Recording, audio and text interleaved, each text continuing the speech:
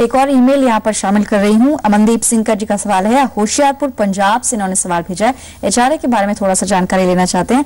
4,500 रुपए रेंट ये देते हैं, जानना चाहते हैं नए प्रोविजंस क्या कहते हैं। इनके रेंट के हिसाब से एचआरए की अगर ये बात करें, क्लेम कर पाएंगे या नहीं? बलवंत साहब।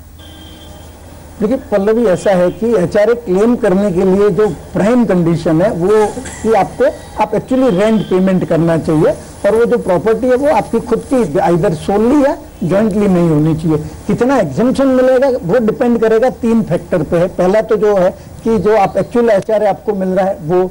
दूसरा आइटम है कि आप जो रेंट पे कर रहे हैं वो आपकी 10% जो सैलरी, बेसिक सैलरी है उससे कितना ज्यादा है।